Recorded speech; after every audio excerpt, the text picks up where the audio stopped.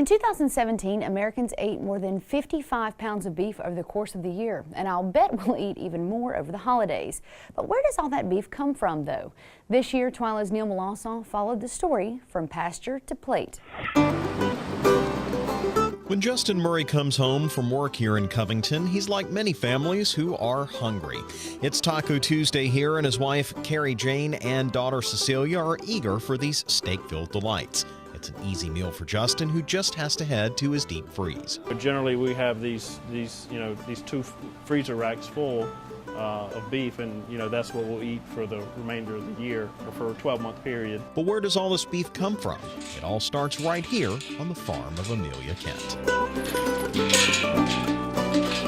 Of course, beef comes from cows, but the steak in the Murray freezer comes specifically from these Angus cattle. Amelia has the normal work of checking her herds and fences, but something you might not think of is the grass under their feet. It has to be managed and cared for to produce the meat that's feeding the Murrays tonight. Their home-cooked meal literally starts from the ground up. Because of the way the property is structured with multiple pastures, we're able to better utilize the grass from a grazing standpoint, rotational grazing, which in turn enhances our efficiency. Making sure everything runs efficiently is a normal part of business, and it's no different for Kent Farms. The Kents are a cow-calf operation, which means they sell calves to feedlots so they can grow into cattle for commercial use in restaurants and grocery stores.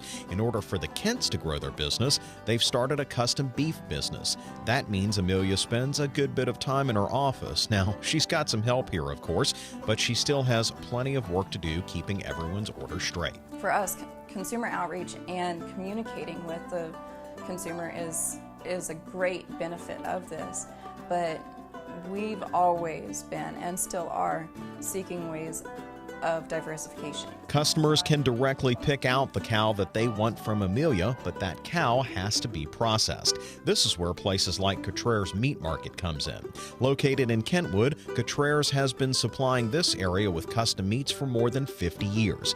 In that time, they've developed a tagging system that makes sure the beef you order gets directly to you. For anybody's animals to get mixed up, that tagging process follows the animal through the whole system. So there's never a time here when your meat doesn't have your name on it. Here at Cotraire's, they can cut up the meat to anyone's specification, from big T-bones to hamburger meat, and even more rare cuts that you can't get at a chain grocery store.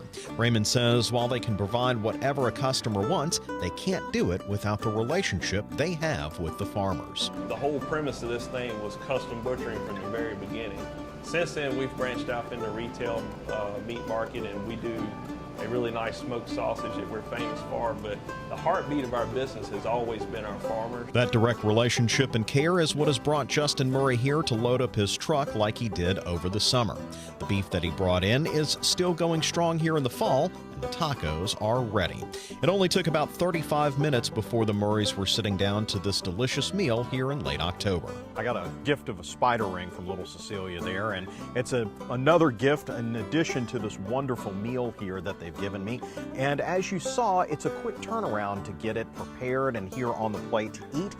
But it's a little more involved when you bring the farmers and those who prepare the beef, but it's well worth the wait, as I'm getting ready to find out. That's really good. For This Week in Louisiana Agriculture, I'm a very content Neil Melancon. Now, if you'd like to try some of that same beef you saw in the story, we'll send you a link to Cotraire's Smokehouse on our website at twilatv.org.